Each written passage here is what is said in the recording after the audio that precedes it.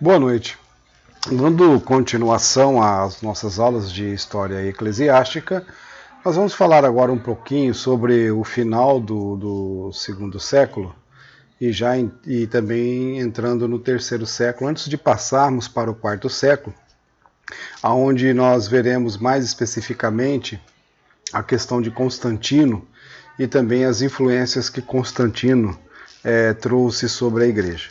Gostaria de falar sobre esse período em que nós tivemos a dinastia Severa e precisamos colocar algumas coisas.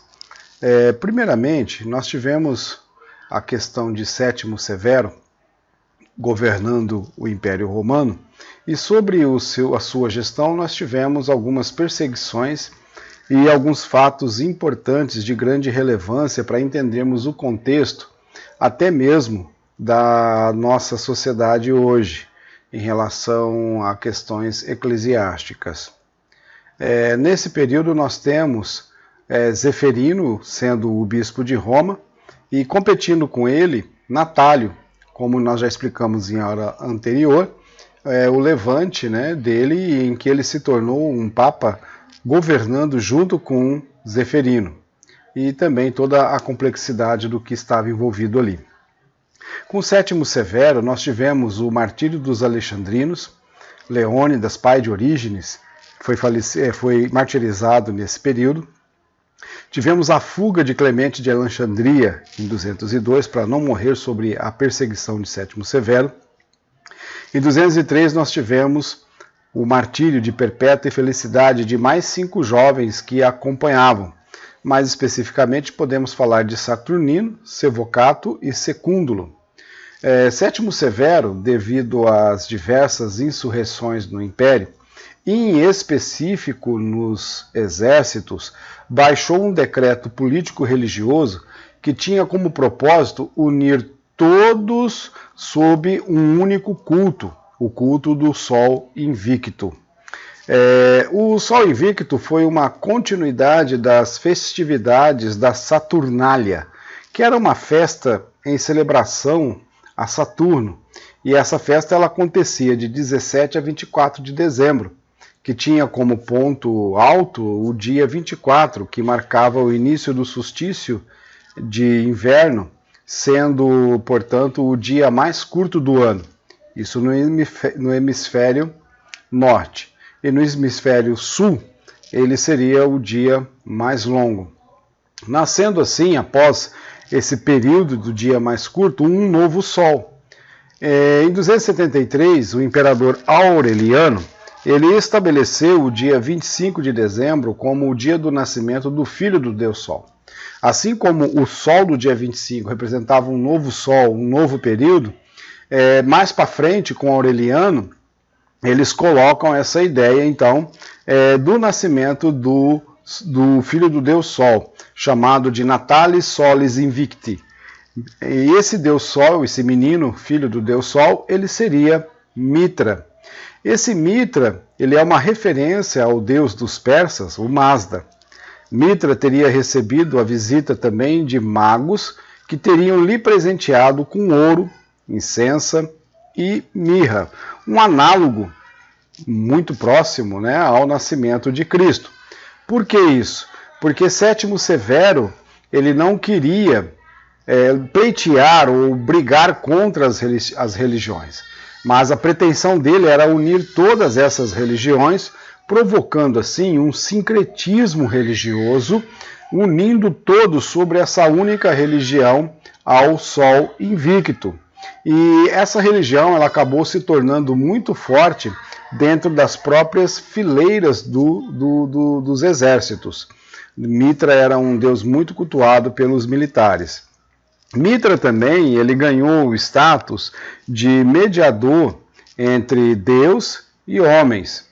Ele garantia a salvação mediante sacrifício, um sincretismo com o Cristo dos cristãos.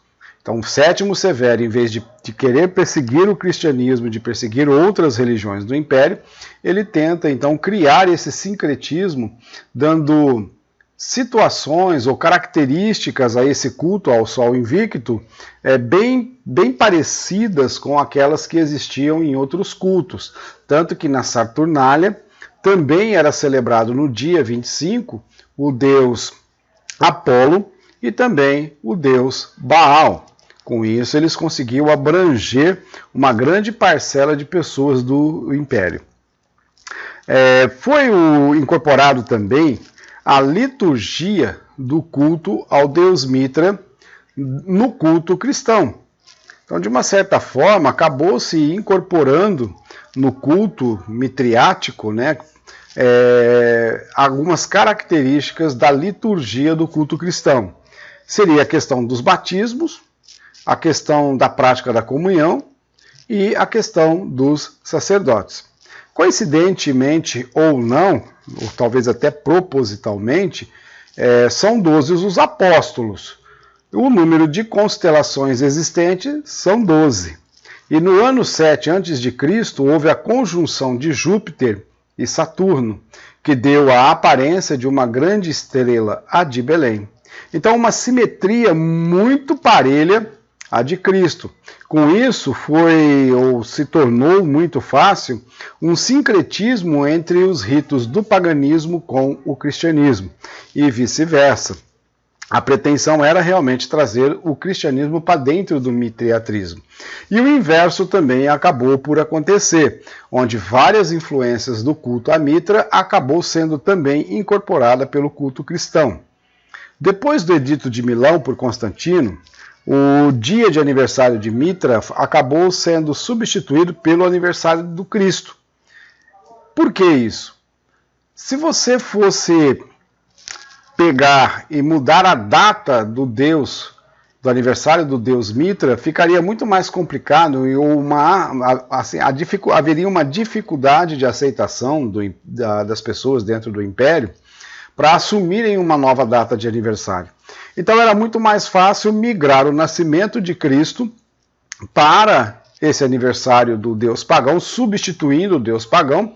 O Império já estava acostumado a celebrar nesse dia, então seria muito mais fácil celebrar Cristo nesse dia. Mas o problema é que não somente a data de aniversário acabou sendo incorporada, mas acabou sendo incorporada a questão do culto cristão, a questão do sacerdotalismo, a questão do culto às virgens, a questão dos anjos, que são os mediadores, a questão dos santos. Então, toda essa questão que compunha o culto mitriático acabou também sendo incorporada pelo cristianismo no futuro.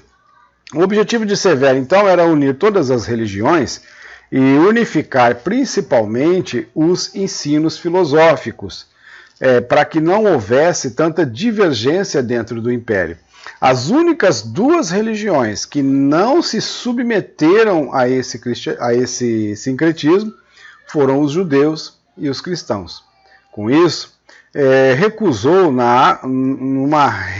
numa acusação contra os cristãos por desobediência, pois não ofereciam sacrifício aos deuses, e aí isso acabou então resultando na perseguição.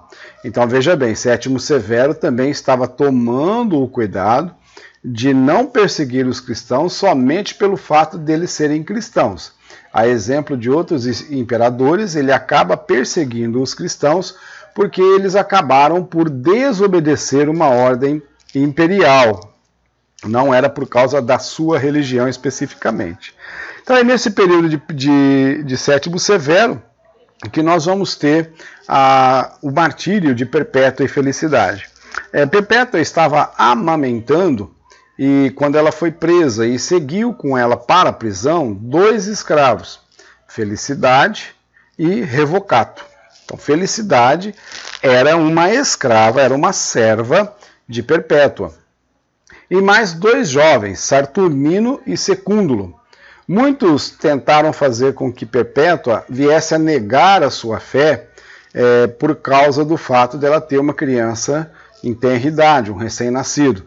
Mas ela responde assim como cada coisa tem o seu nome e é inútil tentá-la mudá-las, tenho também o nome de cristã e não posso mudá-lo. Felicidade estava grávida, e como o processo romano foi muito longo, ela acabou dando à luz no 8º mês a uma menina, e essa menina foi adotada por uma irmã de fé. Felicidade, após o parto, também tentaram dissuadi-la do martírio e que ela viesse sacrificar aos deuses ou negar o cristianismo, e dessa forma ela pudesse se livrar daquela situação. Mas ela também profere a seguinte frase: agora meus sofrimentos são só meus, mas quando enfrentar as bestas, haverá outro que viverá sofrimentos em mim e sofrerá por mim, visto que eu estarei sofrendo por ele. O processo findado, começou então a execução de Perpétua Felicidade e dos jovens que acompanhavam, né, essa trupe toda. E Saturnino e Revocato morreram rapidamente na boca das feras, mas nenhuma fera atacou Secúndulo. Todos os animais se recusavam a ir sobre esse jovem. Um urso se recusou a sair da sua cela para atacar o rapaz. Um outro soldado pegou um grande javali, e o javali, em vez de atacar Secúndulo, atacou o soldado e o feriu de morte. Por fim, o próprio Secúndulo chegou para os guardas e disse: olha, se vocês soltarem um leopardo, esse leopardo me matará. E assim eles fizeram. Cataram um leopardo, soltaram o leopardo, e o leopardo feriu Secúndulo de morte. Felicidade e Perpétua, primeiramente, elas foram expostas a uma vaca raivosa que as chifrou. E as duas, ensanguentadas, se dirigiram ao centro do anfiteatro e se abraçaram ali. E diante de todo aquele público, elas se despediram com um ósculo santo e foram encaminhadas para morrer pela espada. Quando chegou a vez de Perpétua, Felicidade já tinha sido decapitada, o carrasco tremia tanto, mas tremia tanto que ele não conseguia ferir a jovem de morte. Ela então, pegando a mão do carrasco, conduziu a espada para a sua garganta. E aí então ela foi martirizada. Depois de Sétimo Severo, a perseguição deu uma amainada e a igreja desfrutou de quase 40 anos de paz. E então veio sobre a igreja a mão forte do imperador Décio. Nós estamos vivendo um período de anarquia militar, aonde há uma sucessão constante de líderes e também uma certa divisão entre esses poderes. Então você não tem um imperador só, mas você tem regiões sendo governadas, né, por esses homens. Então a substituição de um governante ela se dá muito rápido.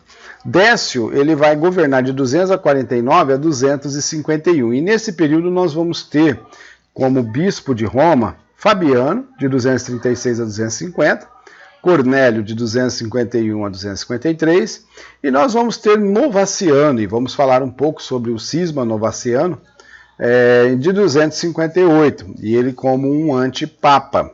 Tá? Então Décio se torna imperador, governante do Império Romano, e então esse período em que ele está governando é conhecido como período de anarquia militar.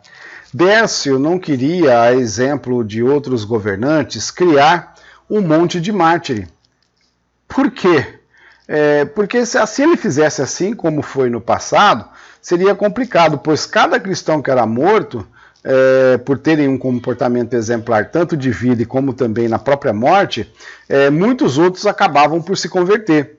À luz disso é que o Tertuliano ele acabou dizendo: o sangue dos mártires foi a sementeira da igreja.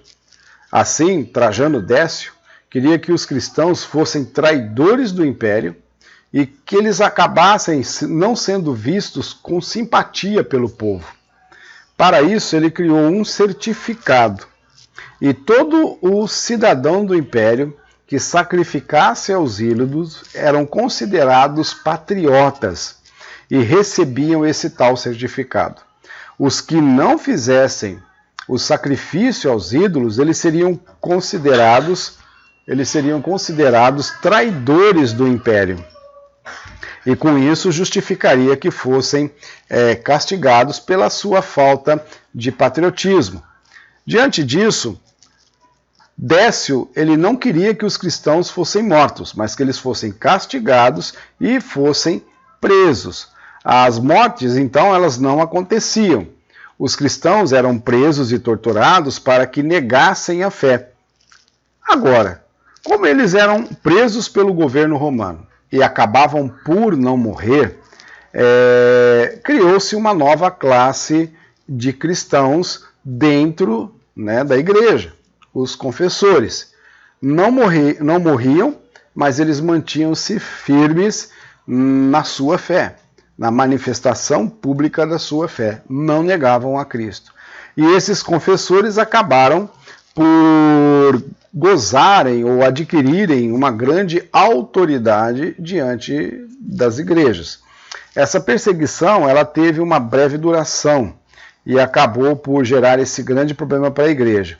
Porque haviam pessoas nesse período que acabaram dando um jeito de adquirir esses certificados, comprando, subornando, e outros que até também sacrificaram para não morrerem. Com isso, eles então traíram a Cristo. A igreja passou a chamá-los de caídos. E diante disso, então, quando a perseguição deu essa amainada, é que eles então resolveram voltar para dentro da igreja. E isso gerou uma grande divisão dentro da igreja, porque uma vez que não havia perseguição, muitos dos caídos, eles então queriam serem inseridos novamente dentro do corpo de Cristo. Com isso, nós vamos ter 3 grupos de opiniões dentro da igreja. Os bispos, que defendiam que somente a hierarquia da igreja poderia tratar o caso dos caídos com ordem e uniformidade. O segundo grupo eram os confessores, que defendiam que eles tinham autoridade, uma vez que eles venceram essa perseguição e se mantiveram firmes diante dos flagelos, das torturas, que eles tinham autoridade para reconduzir os caídos novamente à igreja. E em várias regiões do império, muitos confessores fizeram essa ação de reconduzir caídos para dentro da igreja. E eles eram tão martirizados que quando nós vimos a história de Orígenes foi nesse período. E ele sofreu várias torturas e ele veio morrer dias depois, porque não em decorrência dessas torturas que ele sofreu. O terceiro grupo, então, nós temos o grupo dos bispos, que queriam fazer essa reinserção com decência, com ordem, com harmonia. Os confessores, que defendiam que eram eles que tinham que fazer isso. E o terceiro grupo era um grupo mais radical, que defendia que toda a igreja havia caído em excessiva frouxidão e que os caídos deviam ser tratados com muito rigor. Nesse contexto, então, de divisões, é que vai surgir um grande cisma na igreja, com o posicionamento, mais especificamente, de 2 bispos. Vamos ver aqui o caso de Cipriano. Ele, não temos informações de quando ele nasceu, mas é importante lembrarmos que, de acordo com os documentos históricos, de acordo com Eusébio de Cesareia, ele se torna bispo em 249, com 40 anos. E ele vai morrer em 258. Bom, Cipriano ele era advogado. Ele se converteu então aos 40 anos, assumiu o bispado da cidade de Catargo, na África, e ele tinha como espelho, como grande mestre, Tertuliano. Então ele lia e estudava avidamente, noite e dia, todos os documentos e ensinos de Tertuliano. Como Tertuliano era rígido, ele também defendia que os caídos deveriam ser tratados com maior rigidez. Na aula que nós falamos de Tertuliano, nós mostramos que ele era moralista e também legalista. Isso era bem pertinente à sua personalidade, até pela sua profissão, pela sua formação, uma vez que ele era um advogado romano. Quando explodiu a perseguição, Cipriano preferiu fugir de Cartago e ir para uma região onde ele era menos conhecido e continuar a pastorear a sua igreja a partir desse local onde ele se escondeu, porque ele via que isso era muito importante para manter em ordem e também em união a sua congregação. O problema foi que os outros bispos viram isso como um ato de covardia. E a igreja de Roma, e tanto a questão de Cornélio, bispo de Roma, acabou cobrando o posicionamento de Cipriano em relação a isso.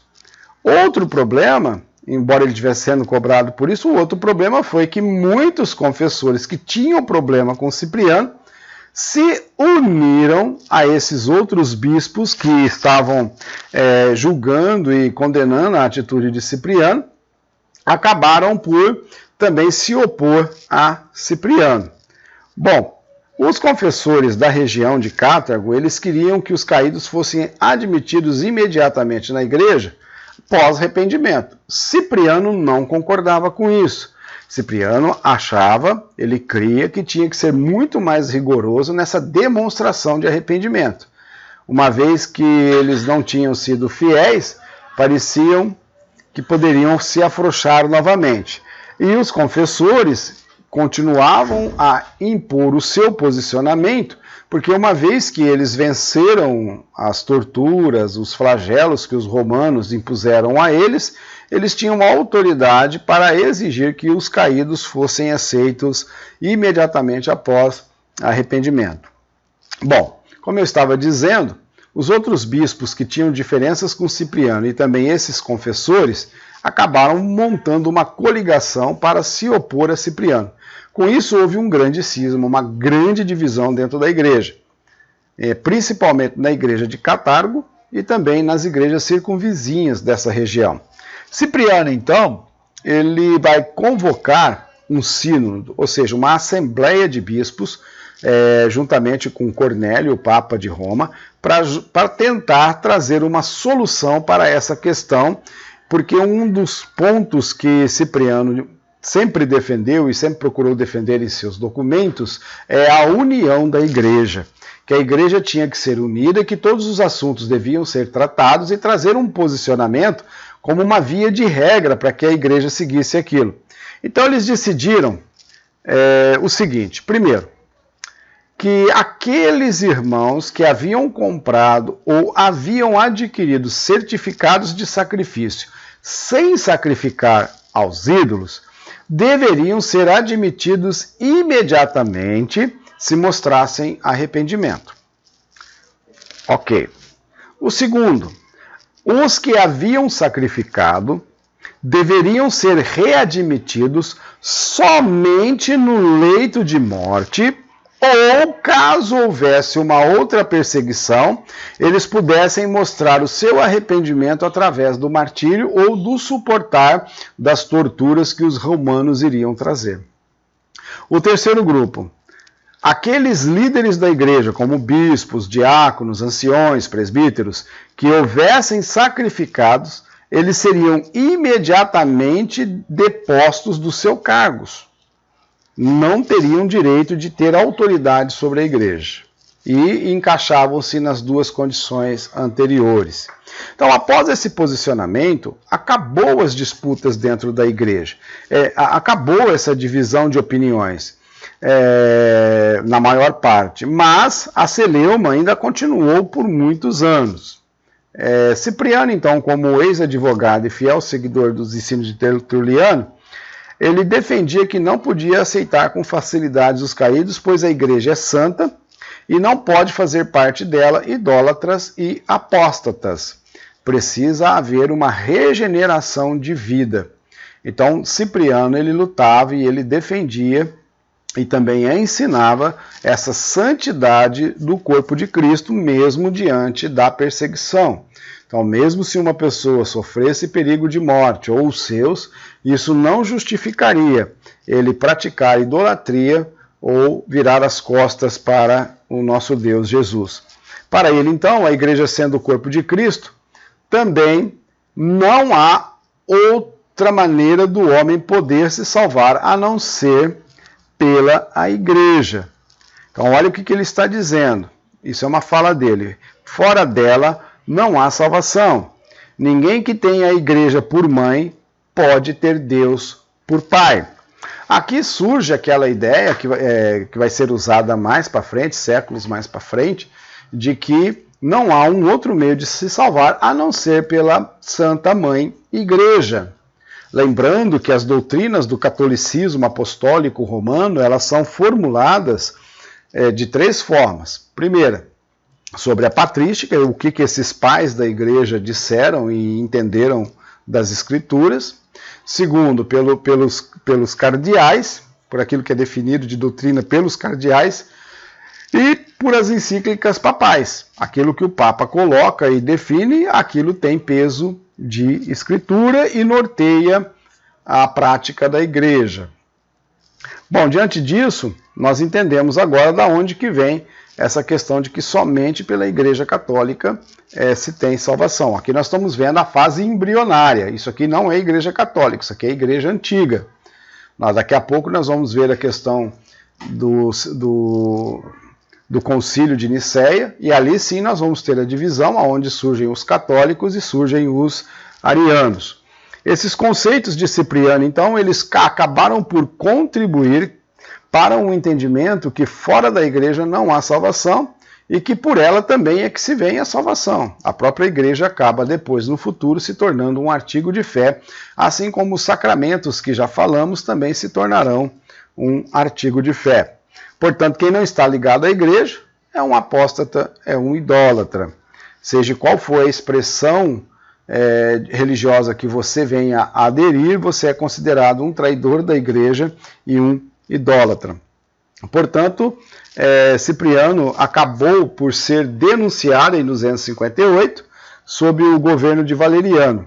E aí ele acabou encontrando o martírio, mostrando que ele era um crente fiel e que realmente o seu posicionamento era para a sobrevivência e para preservar a sua congregação. Nesse mesmo período nós vamos ter Novaciano, lá em Roma, e esse Novaciano, em 250, quando Valeriano então estava perseguindo os cristãos, Cornélio, bispo de Roma, acabou por acusar Novaciano de não cumprir com suas obrigações. Então, conforme a perseguição estava apertando e a intenção de Décio era justamente catar os líderes da igreja, Novaciano ele se trancou em sua cela e recusava sair de lá. Inclusive alguns monges, alguns irmãos acabavam por tentar forçá-lo a sair do quarto e ele não saía de lá. Por isso que Cornélio acabou acusando ele de não cumprir com as suas obrigações. Em 251 a perseguição amenizou. E aí então Novaciano se estabeleceu como papa rival de Cornélio em Roma.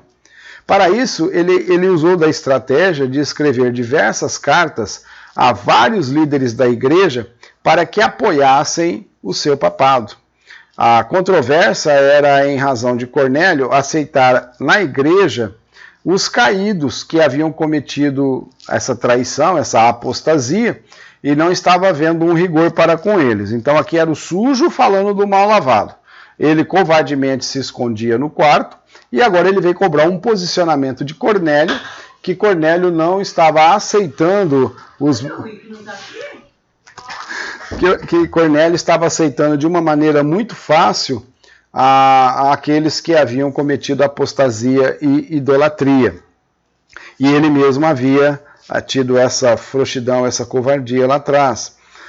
Outra questão também era a questão dos pecados sexuais, adultério, fornicação, e com isso Cornélio não colocava uma rigidez, uma punição mais rígida, né, uma exigência mais rígida sobre aqueles que haviam cometido esses tipos de pecado.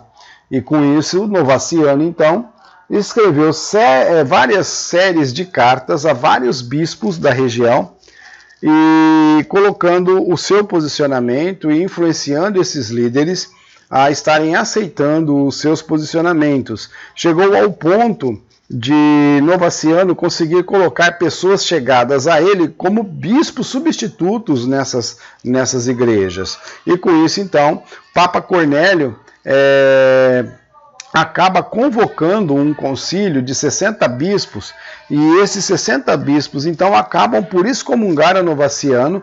Não, veja bem, Cornélio não estava se opondo, né, a Novaciano, mas o problema é que também Cornélio não achava justo a maneira como ele vinha tratando os caídos, a rigidez, a dureza que ele estava praticando para com aqueles irmãos que haviam falhado. Então, a atitude de Cornélio em chamar 60 bispos e excomungar Novaciano não foi pelo que Novaciano estava fazendo em relação ao Papa Cornélio. Não era pelo fato dele ter se dito Papa, não era pelo fato dele ter feito uma política onde ele colocou líderes seus em determinadas igrejas para poder ter mais adesões às suas ideias. Cornélio não estava levando isso em conta. Cornélio estava excomungando o Novaciano porque ele estava agindo de uma maneira muito desumana e anticristã para com aqueles que haviam caído. Em 253, a perseguição apertou novamente em Roma e praticamente em muitas regiões do Império.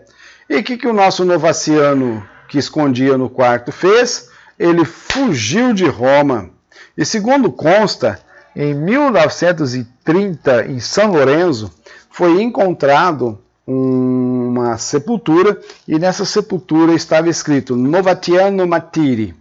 Então, isso mostra que ele acabou sendo morto fora de Roma, foi martirizado, e seus restos foram levados para São Lourenço. Mas ele era fujão, um covarde realmente.